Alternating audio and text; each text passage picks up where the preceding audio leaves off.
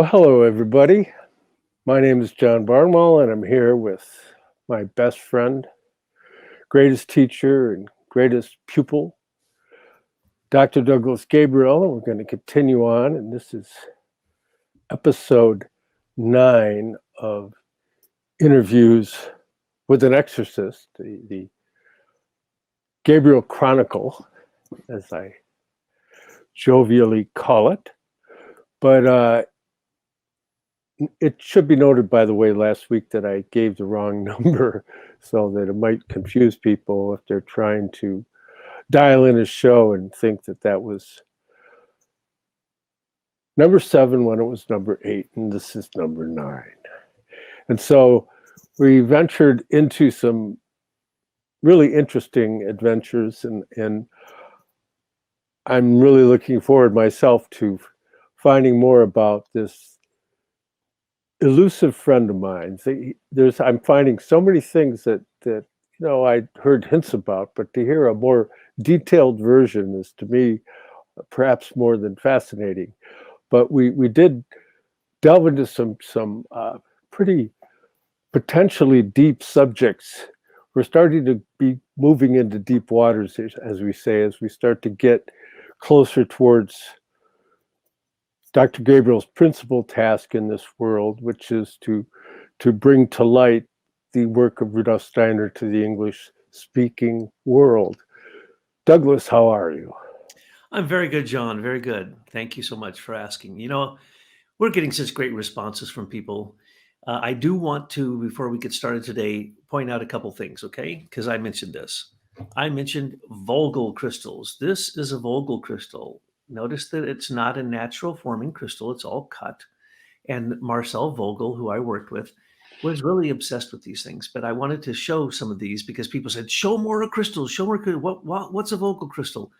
And so on and so forth. So remember, he's the guy I worked with, and he would test these. So I'd lie down, put my hands over my heart. They'd put this on me just below my hands and say, how does this feel? And that's all I really ever gave anybody was, well, if the divine gives me something to say, I'll say it. And if the divine doesn't give me something to say, you're out of luck.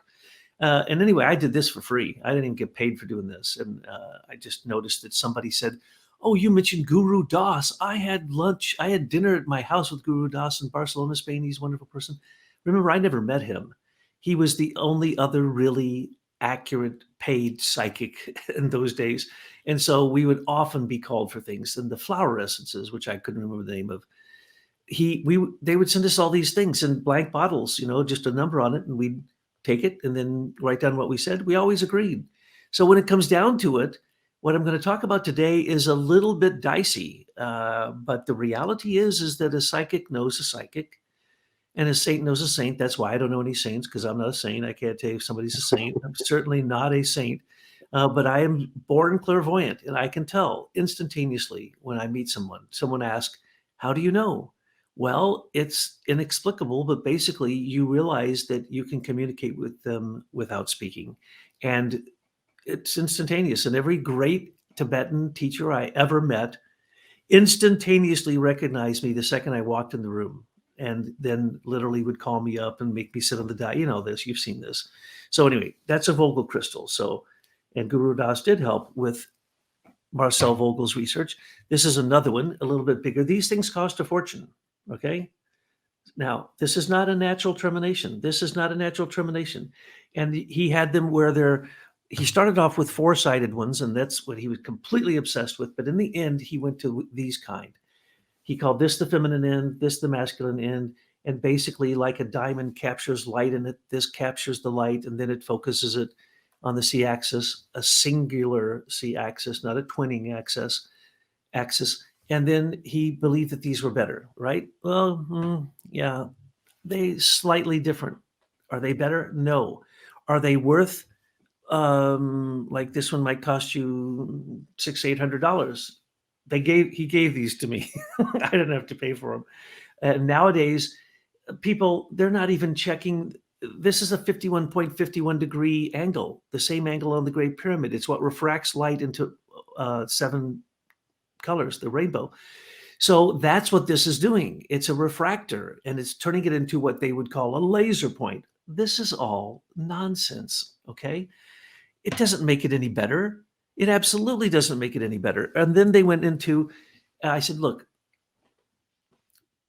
Dr. Vogel, just go with the platonic solids and go with natural crystals, and don't get your crystals from Brazil, get them from Arkansas. So eventually they started recommending, things like any dodecahedron shape, like this is, I mean, any platonic solid, this is a dodecahedron.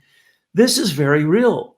This creates a specific geometric response. So it's more of a spatial response than it is just taking the 32,768 vibrations per second and amplifying them, because you don't have to do all the things Vogel said.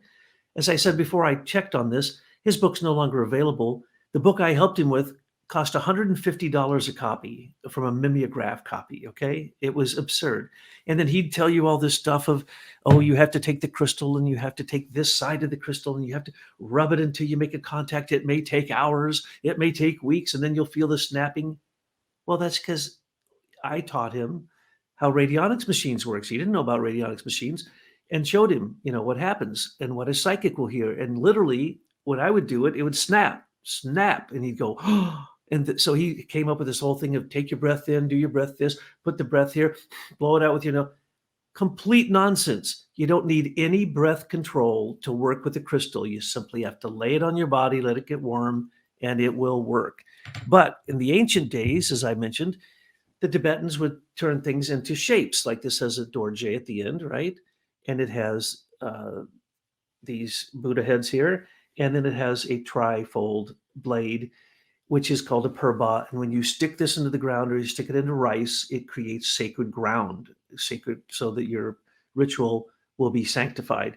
Those all work, but when it comes right down to it, I highly recommend using natural crystals, double terminated natural crystals, not paying a fortune for them, and simply working with them yourself, and you will begin to notice these things. If you've never had clairvoyant experiences, the best thing to get you involved in it is to lay crystals on somebody right on their chakras and see after 20 minutes if you start to feel the energy. And it may just be a feeling. It may not be something you see or hear, but it may be a feeling. And what it does is it projects the aura and the chakra through the crystal, and then it makes it very visible for a psychic to see.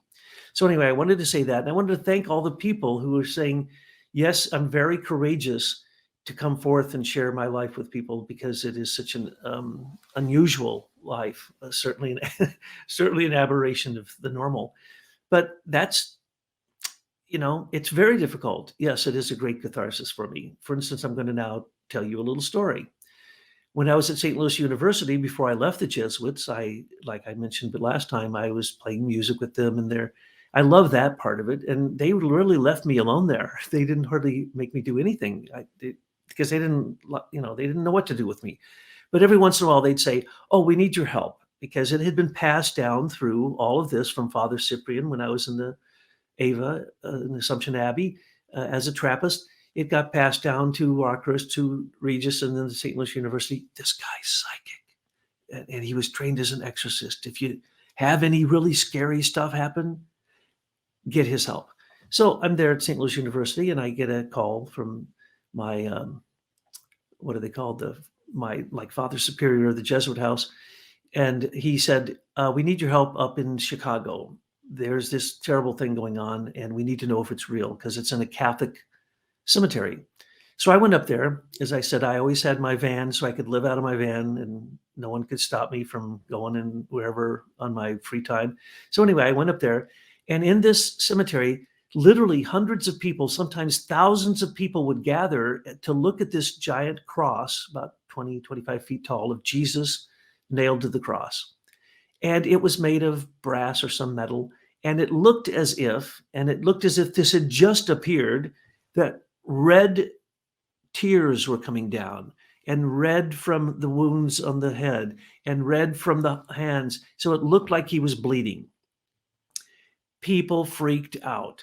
They started gathering there, and it became such a nuisance that it became kind of a public problem. And the Catholic Church didn't like it, because they need to find out if it's real so they can control it. So they wanted me to go and see if it was real. I stepped out of my van onto the ground, and I could see from there, quite a distance away, it wasn't the cross. It was the tree behind the cross. And so I went up, and then the word was that Mary, Mother Mary's vision of her face was appearing in this tree. Oh yeah, there was a picture of a woman appearing in the tree. Yes, absolutely. But it wasn't Mary.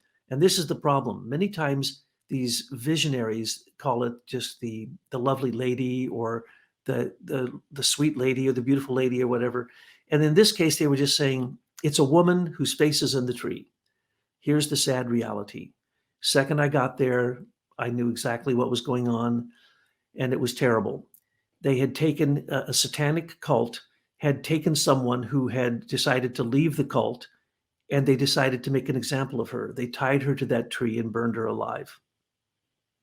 And then they took her ashes and buried them not too far from there in the cemetery. So when I went there, my job was first off to say, the cross needs to be painted. It's just, it's rusting. Jesus is not bleeding on that cross, and it has nothing to do with anything except that that's where the Satanists decided to do this horrible deed, and the tree right behind it. So they literally, I know this because I saw it. They tied her to the tree, poured gasoline on her, and burned her alive, and then took her ashes and buried it not far from there. So here I am talking to this being her life was cut short. Anytime someone's life is cut short, as Rudolf Steiner points out, there's a part of them that lives on because their destiny had, and their body was prepared to live much longer. So that continues on as a shell. So I'm talking to this shell and I'm saying, what happened? And she tells me her name and tells me this story. And I say to her, okay, you can go now. You don't need to stay here any longer. Those people, oftentimes a ghost will stay, the shell of the person will stay because it's an unresolved astral impulse. And her last wish was, these people have to be turned in. These people have to pay for what they did, right? So I went back to St. Louis University and made my report. And so we called the Chicago police, told them the girl's name. They found she was missing persons. They went to her house, talked to the parents. The parents said, yes, she went off with some satanic cult. They arrested those people. They got prosecuted. But to stop the phenomena, I told them they had to cut the tree down and then get out the stump, and then put salt on the area. And then I'll come back and pray over it, and the phenomena will stop. But you also need to paint the cross. Just simply take spray paint and paint this old cross that is rusting. So they did that. The phenomena stopped. No one came anymore. This was the kind of stuff that the Catholic Church thought I was useful for. That, and then they said, study Steiner. We want you to study Steiner. So my mission was to go out in the world as what they call a Jesuit associate, and I call it a Jesuit spy. But I thought in my heart of hearts that there was a lot of things that I'd read in Anthroposophy that could be helpful to the Catholic Church, including parochial schools. They could use Waldorf methods, including their Christology. They could actually really begin to understand the Bible and understand Christ if they studied Rudolf Steiner. So I made a promise before I left University of Michigan, St. Louis University, that I would do this.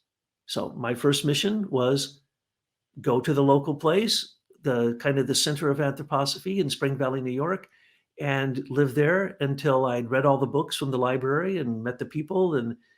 And my mission for me was to meet anybody who had met Rudolf Steiner personally.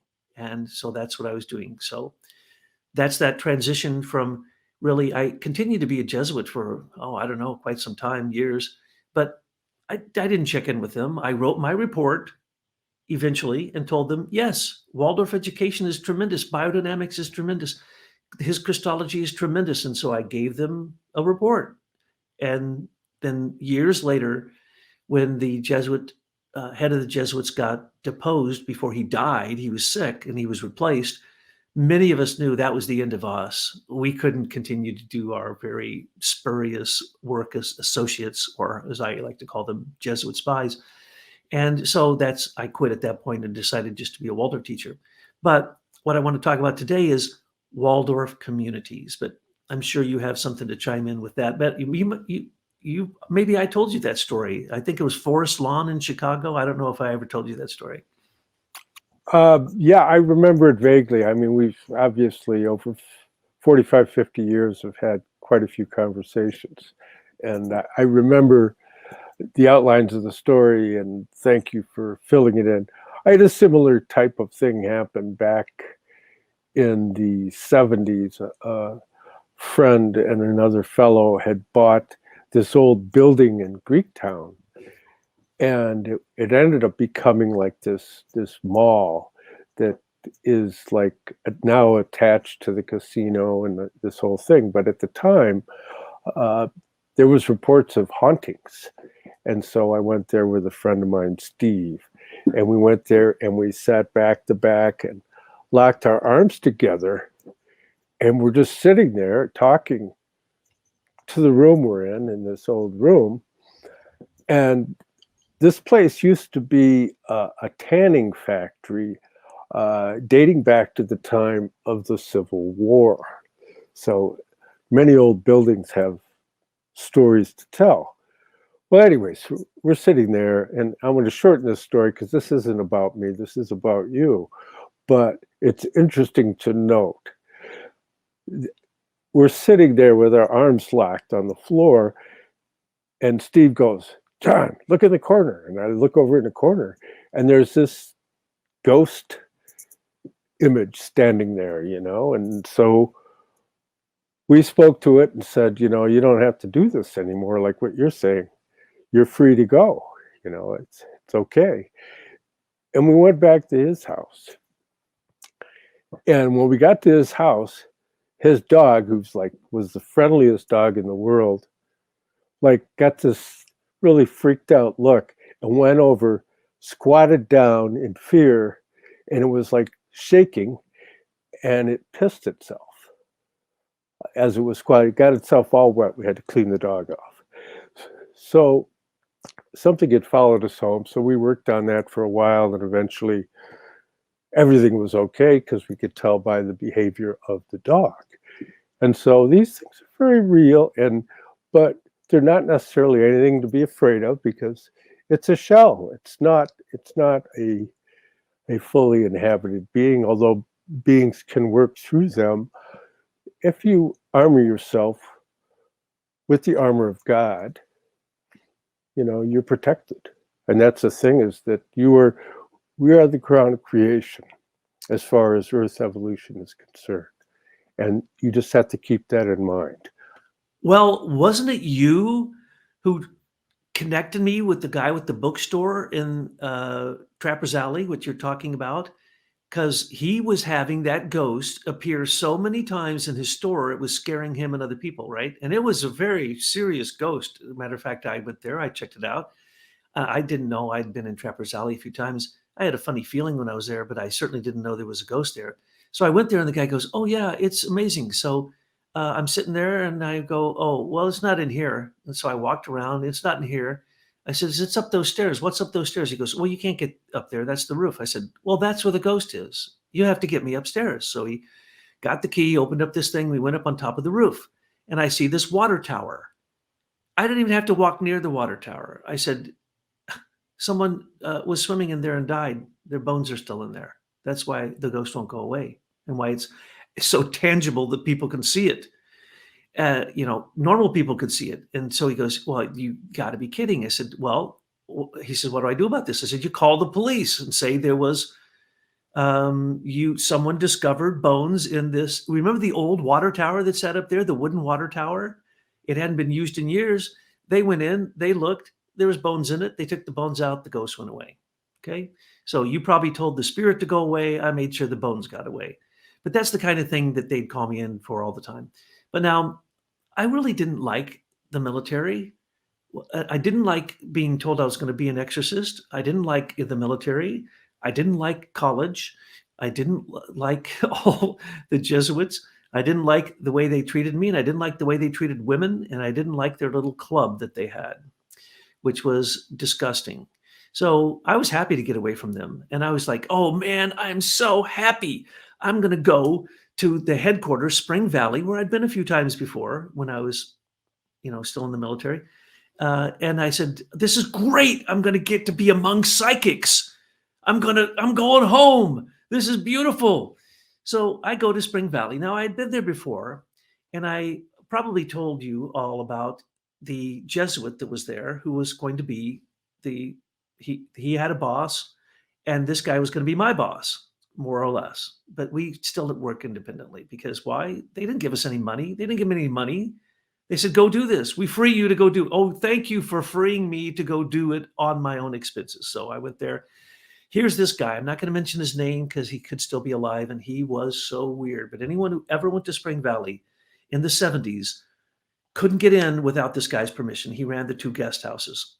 So I went there and I paid my way, but I wanted to be there so I could work in the biodynamic gardens, so I could work with Veleda, which was this pharmaceutical company that had their own gardens there on Hungry Hollow. And actually, the head of Veleda, it was called with a W, but they say Veleda. Wonderful medicaments, wonderful, wonderful stuff. And it was from his own herb garden.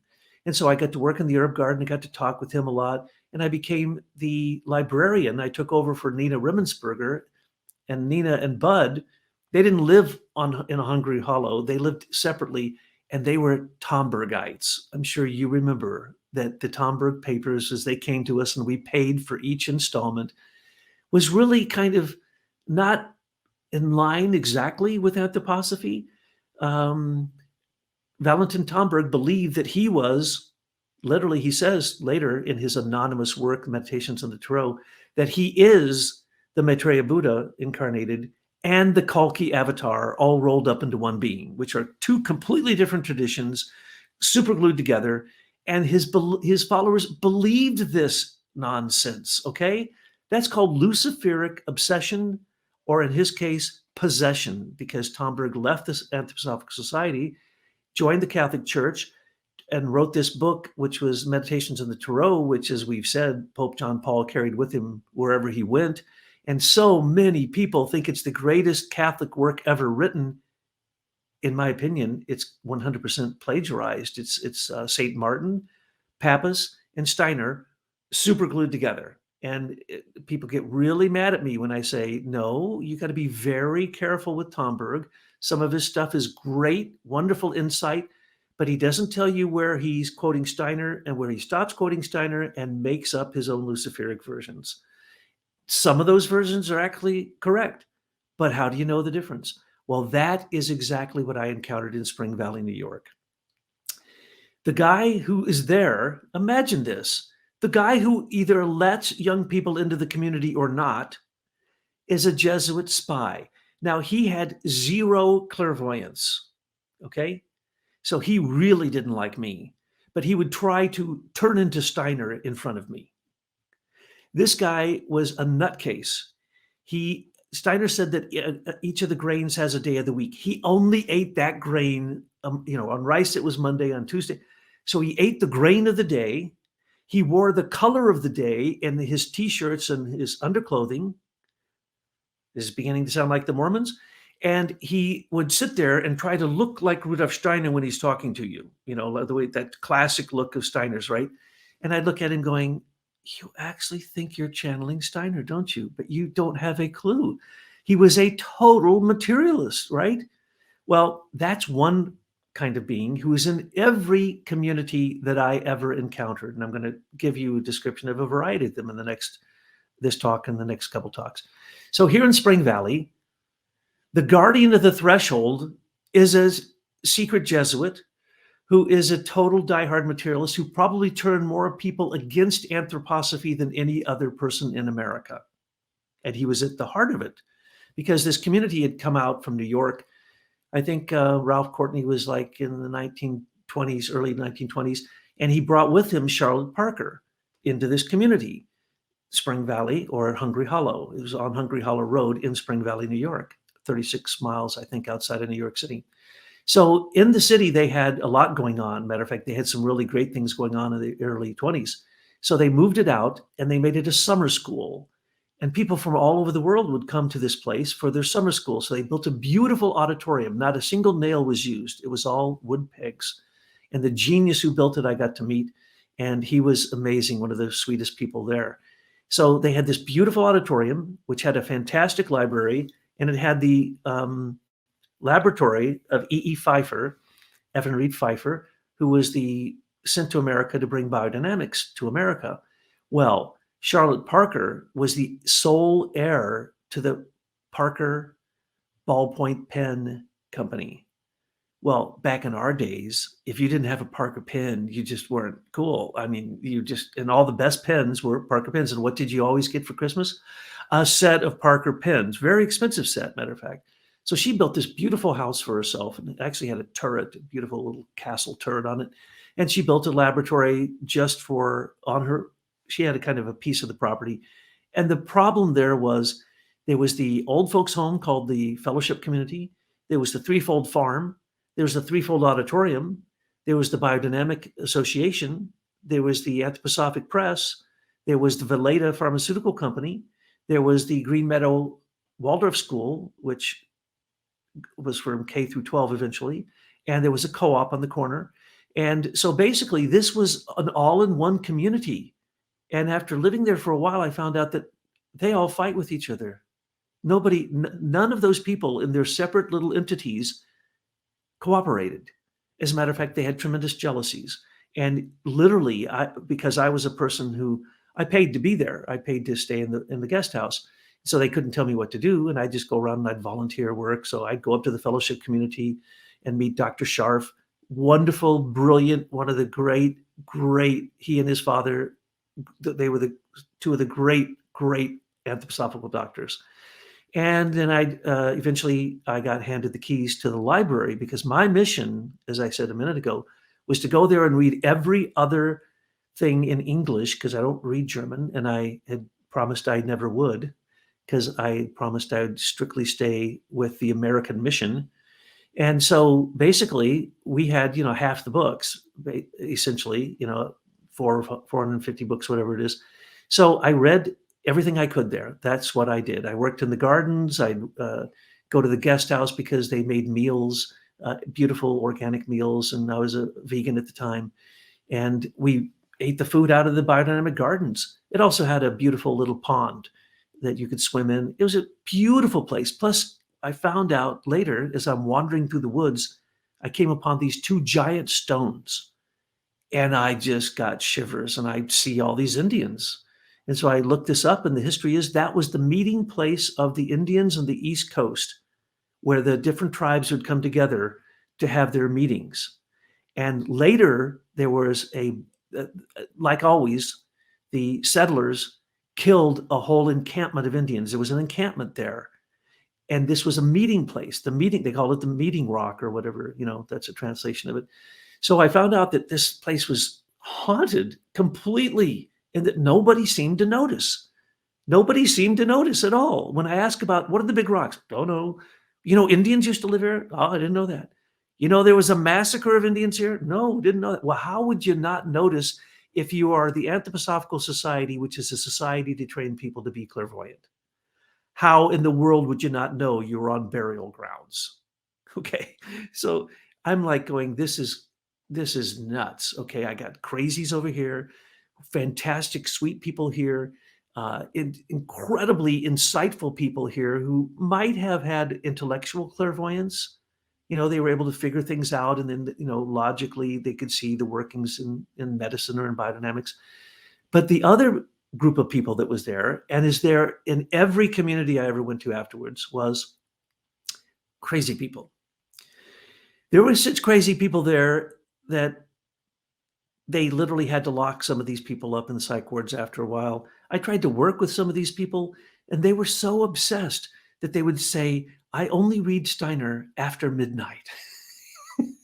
From midnight until the sun rises. And I'm going, oh, and then he became, what do you call it, where you can't sleep.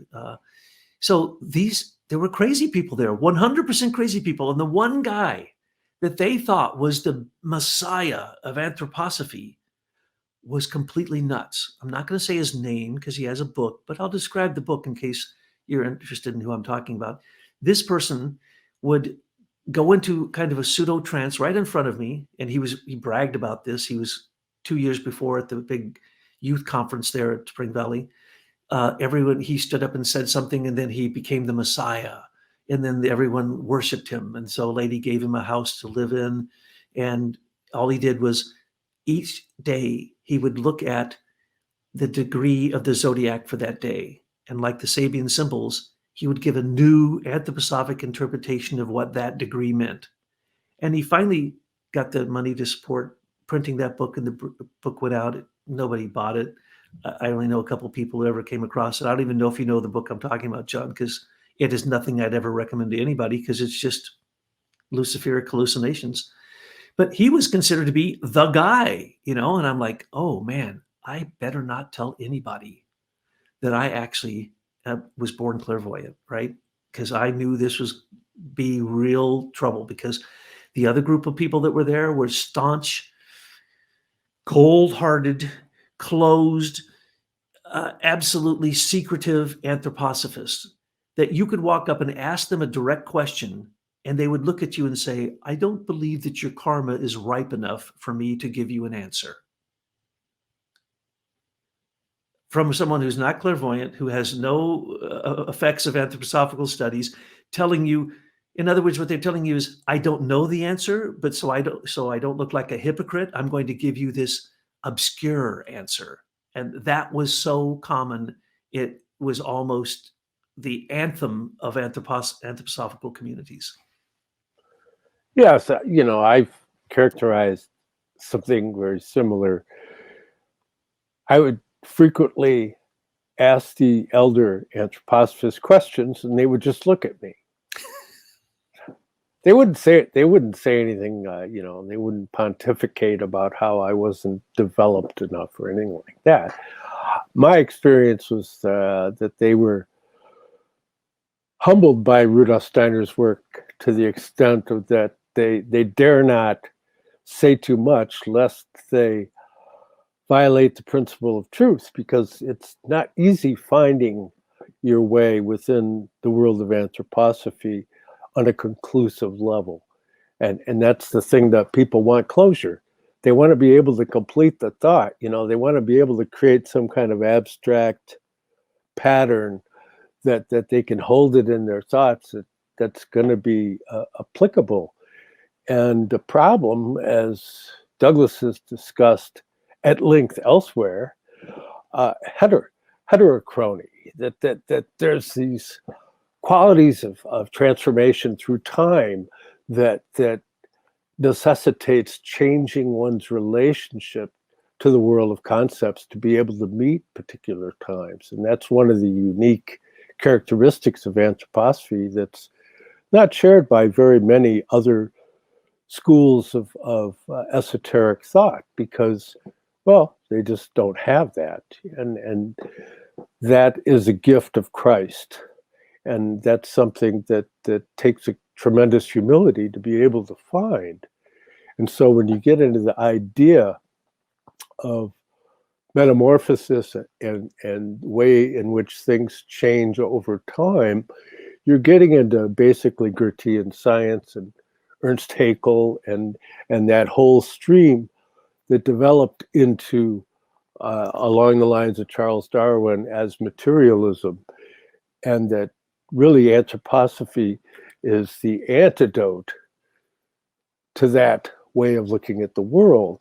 But it's important to note that Rudolf Steiner was very respectful of Ernst Haeckel, and Ernst Haeckel was truly remarkable being who he was the source of so much in the world of biology and the study of plants. And there's these massive volumes of the illustrations that he hand drew himself, So he considered Rudolf Steiner to be his protege, and then Rudolf Steiner went off and started doing lectures for the Theosophical Society, and Ernst Haeckel was aghast.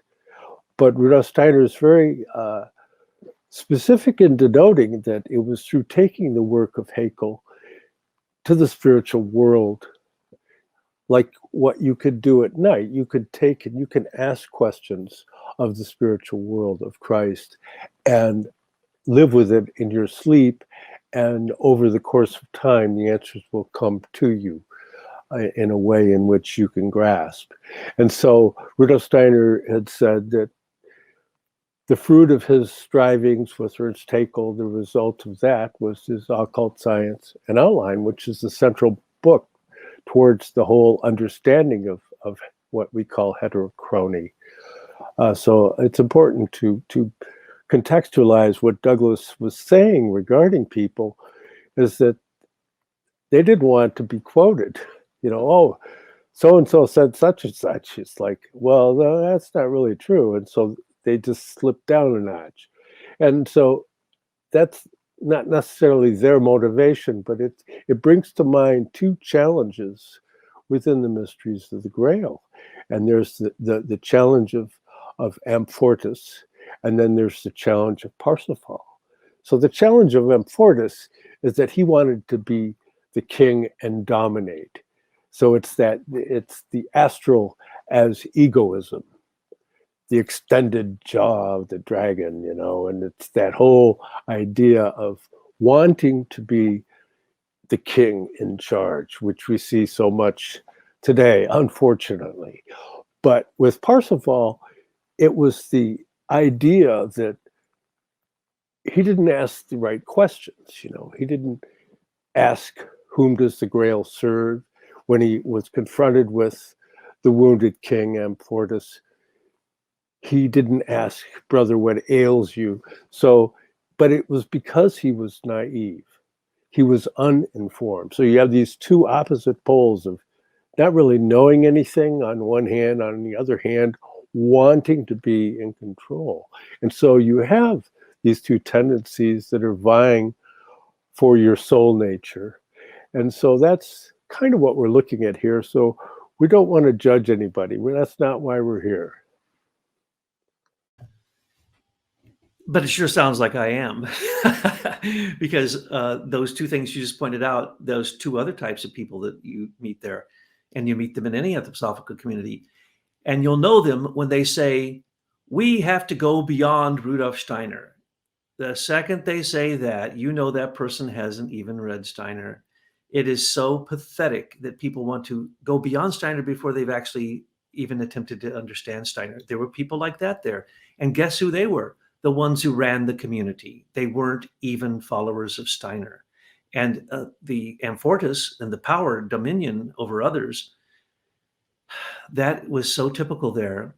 I wish I could call these people out for what I consider to be the crimes that they've done. But let's just say that there were families there that controlled the money, and that the families that controlled the money got the money from basically being predators on old people who were dying, who were wealthy.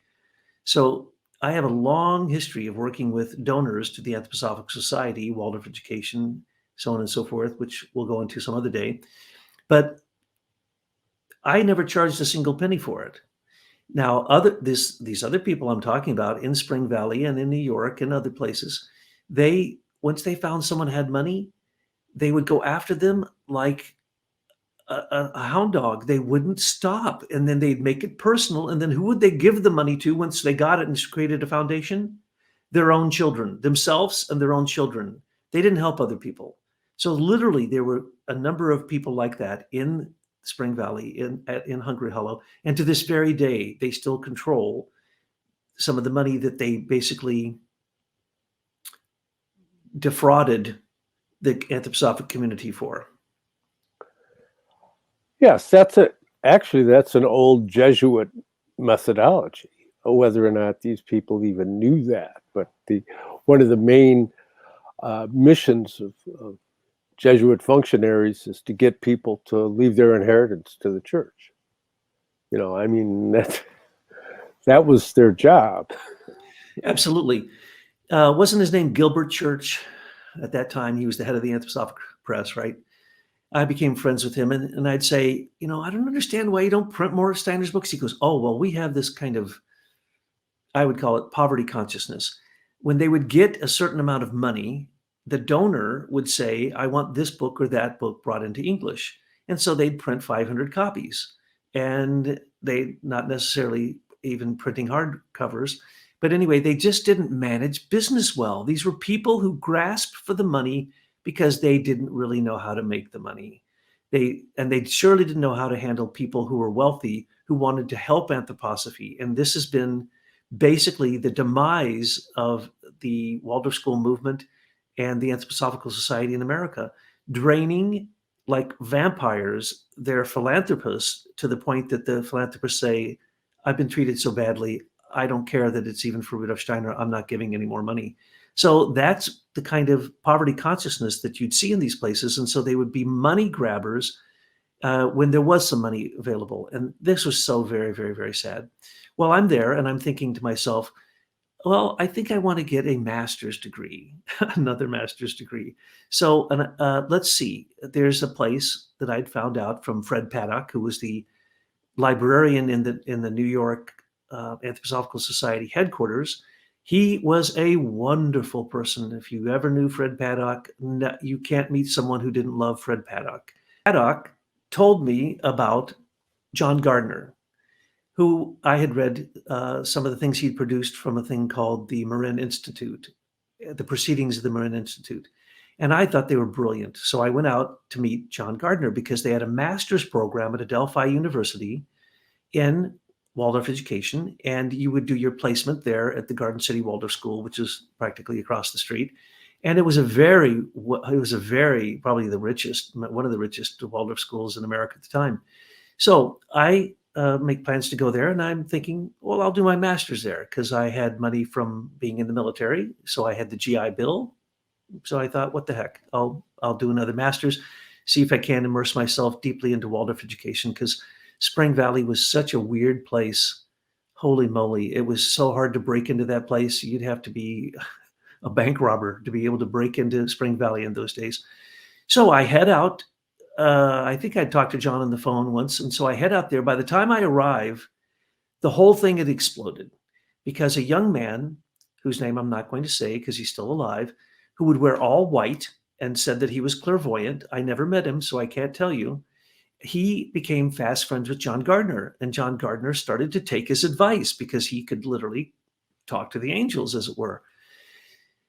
So I had heard only about this very vaguely. So I go there, and this is the top question on my mind. John, what's this deal with this guy, and what's going on? So I find out that they kicked John out, the guy who founded the whole thing, because he had faith in this young man, because the young man had demonstrated great clairvoyance to him. And the music director of the Waldorf School, the students wanted to have a dance, and they wanted to play modern music. Well, the music teacher said, no, that's evil. That's Ahriman. That's Lucifer. We don't want our children to become demon possessed by rock and roll.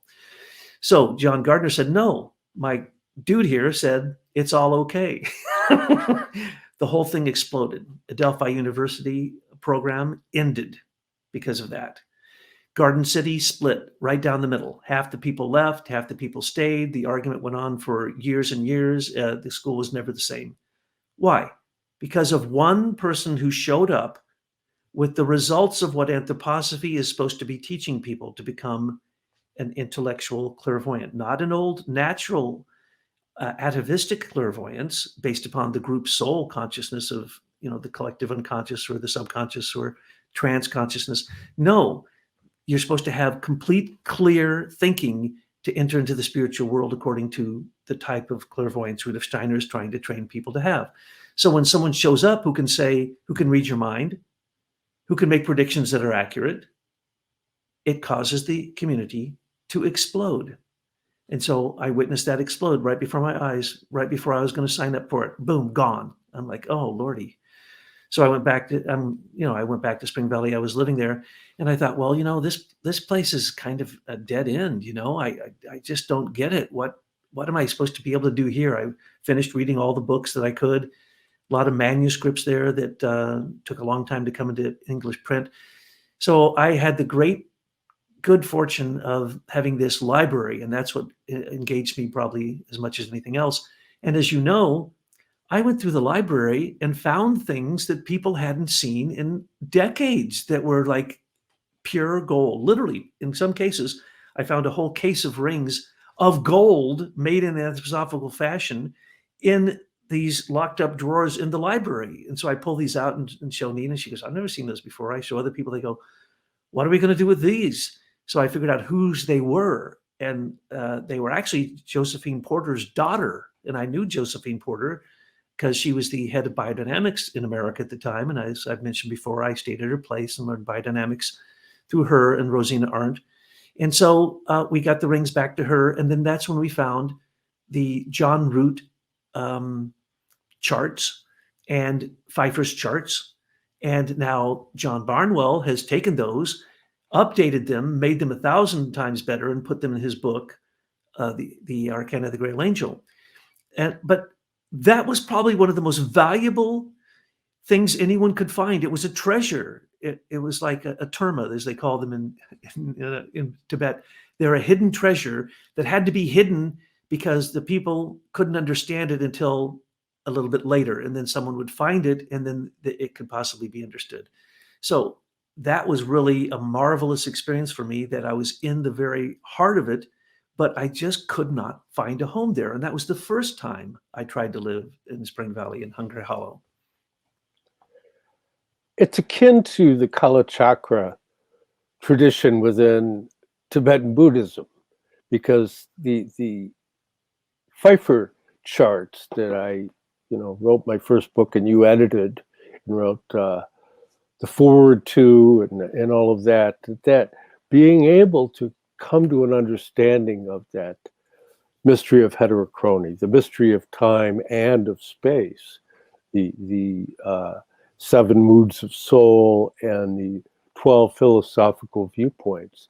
That's the ultimate cosmic expression of Rudolf Steiner's work. And once you deeply approach his work, you find that that's what it is to be able to inhabit the reality of your being. And that being is already there. It's not necessary for one to create it so much as to clarify it. And so within Tibetan Buddhism, they have the Kala Chakra, and that's a system of cosmological principles that they work with to be able to develop their relationship to space and time. And so it's interesting the way in which that all unfolded from that. But and also the chart that's still missing of the reincarnation chart of Pfeiffer's, but we're still looking for that one. And recently I tried the Pfeiffer Lab and every place else. Told them I'd pay them money if they could find the chart that I had in my possession, made copies of, gave it to all my good friends, and now we've all lost it. Now, that must be some kind of strange karma, but it's a beautiful thing if we can find it again. So if you happen to have a copy, let us know. I'll be glad to pay for it. Now, the best thing of Spring Valley was the fellowship home, the fellowship community, because, well, first off, at that time, the very best thing was Hans and Ruth Puschk.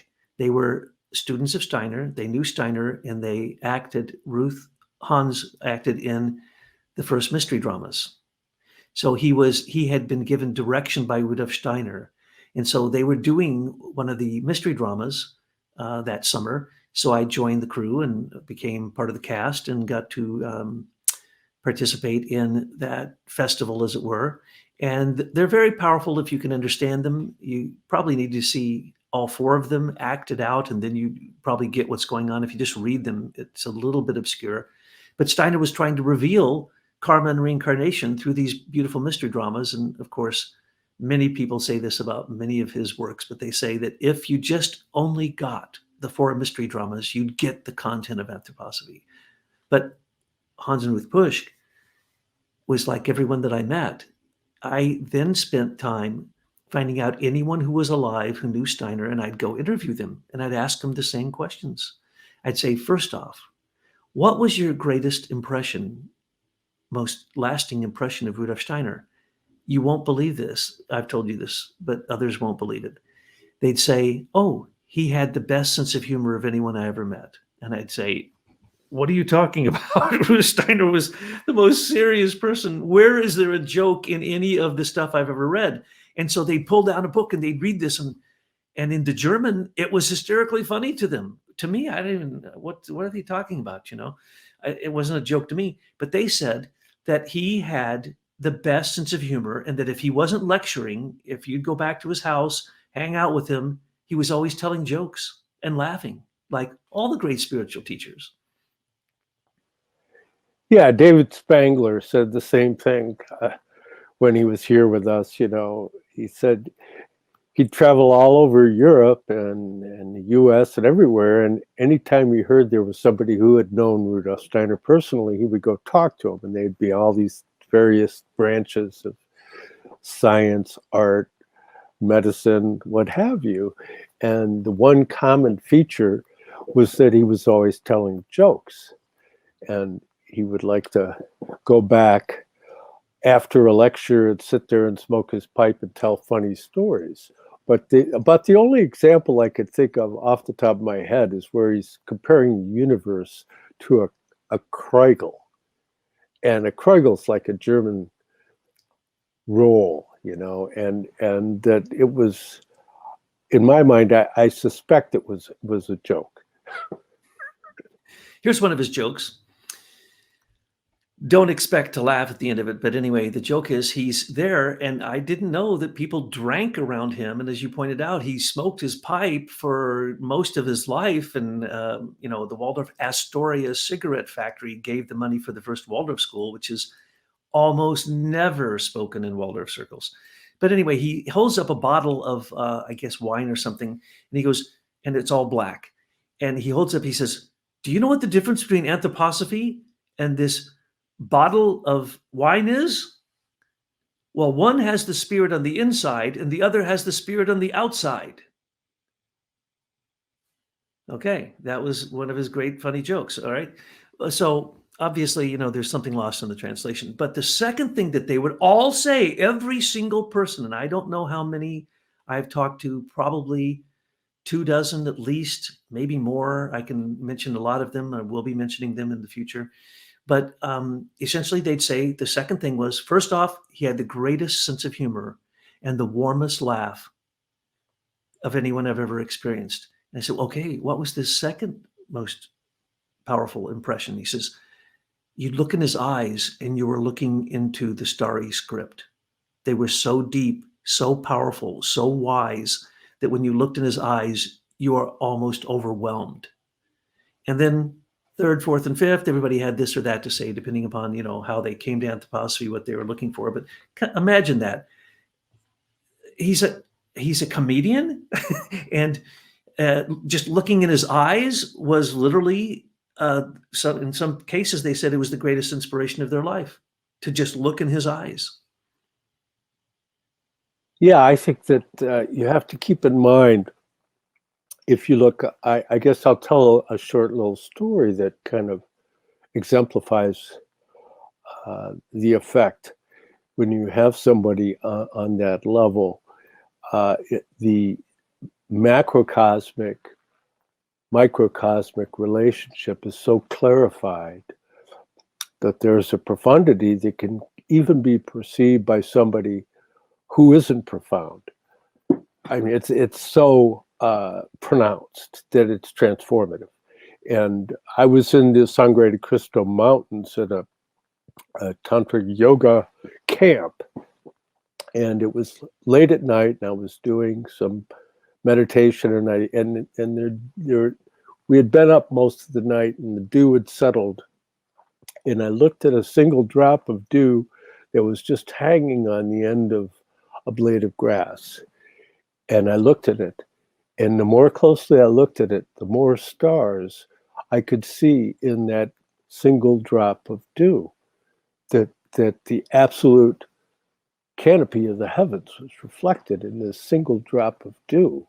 And so there are no moments that are insignificant. But what becomes what we might consider insignificant is our understanding of that particular moment, so that we always have this absolute expression of the spirit around us in nature. It's just to be able to be faced with that in a clarified way, like meeting a Rudolf Steiner and looking into his eyes. is what we're looking at. Now, since I couldn't find my home in Spring Valley, I started looking all around America. I had already come through Detroit, helped Werner set up his bookshop. I didn't want to live in Detroit, so I didn't want to go to school there. So I started looking, and I found John Hunter. He was up in Boston. He was one of the first Christian community priests. He knew Steiner. And he inspired me so much that I thought, okay, maybe I need to become a Christian community priest. Maybe that is my path. So the house of formation was in Shalesbrook in England. So I started in the back of my mind saying, oh, maybe I need to go to England. Well, then when I get back to Spring Valley, I find that they've hired a person, Rene Corrido and his wife, Marilyn, and they give him a house to live in, and he's going to start a teacher training program. And I'm like, cool, far out. I'm going to stay. So I stay, and the program gets ready to start. And I'd already been up at Renee and Marilyn's house because they were friends of Werner, and they were also students of Walter Johannes Stein, who I was very into. And so I became fast friends with them. So the day after I pay my tuition and everything and blah, blah, blah, I'm sitting in class and people say, well, where's Renee? And I'm like, I don't know. I'll go check. So I run across the street, run up to his house. The front door is open. I go in, all the furniture's gone. He left. He left on the day the teacher training was opening. And I'm sitting in the chair, and then I realize this, holy Lord, the guy who I'm actually staying here for and his wife, these wonderful people, they've left. Where did they go? Sacramento, California, to Fair Oaks, California, outside of Sacramento. And there the Rudolf Steiner College was, and he went there to be the teacher. They told us incorrectly. He didn't just go straight from one and start the other one. He was going to start at the other one a year later. Well, I didn't know that. I traveled out there and I signed up for the classes. They didn't even have a list of what was going on, who the teachers were or anything. So I'm sitting in class, another first day, and Franklin Kane is the teacher, the main teacher. And we're all sitting there, and someone walks in about a half an hour after he's supposed to be there, and we're all wondering what's going on. They said, I'm sorry, the program's closed because Franklin ran away with his secretary. Well, fortunately, I got to meet Carl Stegman and his wife there, another Christian community priest who knew Steiner. And Willie Bento was trying to start his program there. And so I got to meet some very interesting people. But by that time, because I didn't want to live in Detroit, I said, that's it. I'm going to go to Europe. I'm going to check out the Christian Community Training Program in Shalesbrook and check out Emerson College, which is another Waldorf teacher training program with an orientation program, which can get you into anthroposophy and all the different applications and arts and stuff. So I said, okay, well, I guess I just have to pack it up and go to England. So, but before I left, of course, I, continued to travel around. I went down to Kimmerton Hills, which is a beautiful Camp Hill community that is for what you would call developmentally delayed or retarded adults. And they don't even take money from the state. Everyone there works on the farm, works in their cottage industries, and are contributing community members. And so I thought it was absolutely wonderful. One of the first times I'd ever seen true Christianity in effect, in working, a real working Christian community, but not Christian community as in the church Steiner helped start. So I also then saw Kimmerton Hills Farms School, which was a Waldorf school. I like that. And then next door, there was the Beaver Run School, which was for very, very severely developmentally delayed and children who had some real problems. Lots of epileptics, lots of children had seizures, children who they'd say can't learn. Well, Beaver Run, again, won award after award after award for being the best community for this curative education in America, bar none. Well, that's when I met Carlo Pietzner. Carlo Pietzner was clairvoyant, massively clairvoyant, and he was the most humble, warm, compassionate, and incredible being. He was just, to me, he was like Meredith Thomas, who I've described. He bent over, so his eyes always met you, no matter how short you were. You couldn't ever tell how tall he was. He never raised himself up to his full height, but if he did, you were like, whoa, you're like huge. So I met his sons. And then I found out about his community called Copake in New York. So I went up to Copake and stayed there for a while, met his sons, got really involved in it, hung out quite a bit with Reverend Hunter. And then Reverend Hunter is the one who started the Rudolf Steiner Institute. Very humble to begin with. It was right there with his Christian Community Church. And later that became the summer school that was equivalent to Omega Institute, which was extraordinarily popular. And we've mentioned before that we knew the guy and the woman who started Omega Institute. Well, that was the idea behind the Rudolf Steiner Institute. So it got going and started having tremendous summer conferences. I think it's still going on to this very day. So after traveling all around, I really didn't find a place that I thought that I could live for the variety of reasons I've talked about. But what was true in almost every single case is people said, when they found out, because I'd say something, they'd go, are you, how do you know that? Are you psychic? You have clairvoyant abilities? And I'd say, yeah, I was born with the curse of clairvoyance, clairaudience, clairsentience. I'm sorry, I apologize. Well, they basically told me, don't ever tell anybody that. Nobody. It doesn't matter whether they're a Christian community priest. That is so looked down upon. They're going to tell you that you have atavistic clairvoyance and that you are evil. And I said, oh, I started to get the sense of that early on. And I saw this happen at Adelphi, that when a clairvoyant shows up in the community that's trying to train people to be clairvoyant, it's the worst thing that can happen. So eventually, I just really wasn't welcome anymore in Spring Valley, as well as I decided I wasn't going to stay there because of these strange groups of people, even though I loved going to the fellowship community and talking with these people who knew Steiner. It was just a beautiful, beautiful thing. I never met a single person who met Steiner that didn't have an awakening clairvoyance. Maybe because they're the only ones who continued on for many, many years after Steiner died, and so they had developed certain capacities. So I can say that some of the old anthroposophists, especially Carlo Pietzner and Ruth Ann Hans Pusch and numerous other Eurythmists and Sabina Nordorf and all these people, wonderful. They were clairvoyant, but they say, just don't tell anybody. And I go, oh, okay, fine. So then next time we'll talk about when I decided I have to go to Europe and see what's going on there, see if I can find a home for myself so that I can study anthroposophy. What a fascinating list of encounters, and that's kind of the way this is.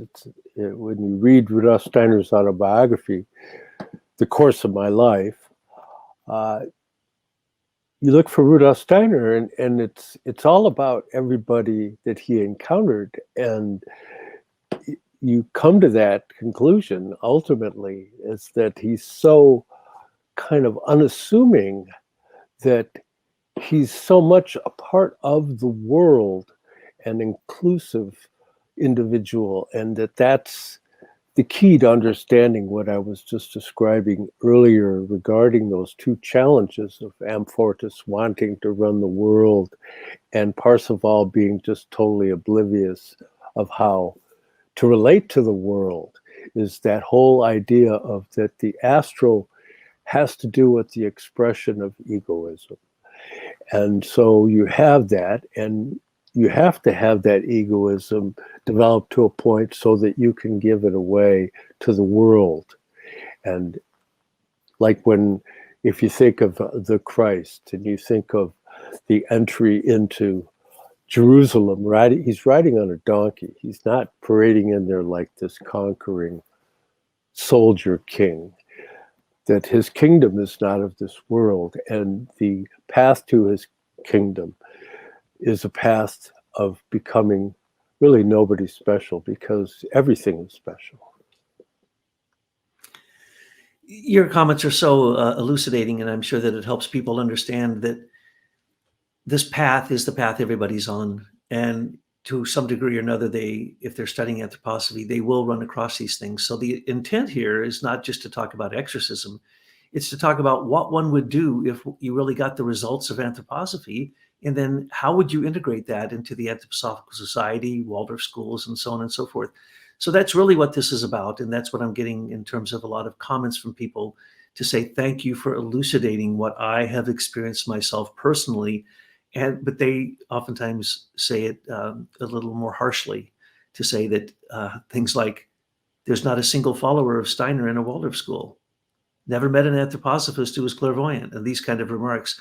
So that's what we're trying to do here. And I sure appreciate you helping, as you always have for the last 4 or 5 decades, me get myself out of some of the situations that I have stumbled into, or as I said before, been pushed down the path of destiny. Yeah.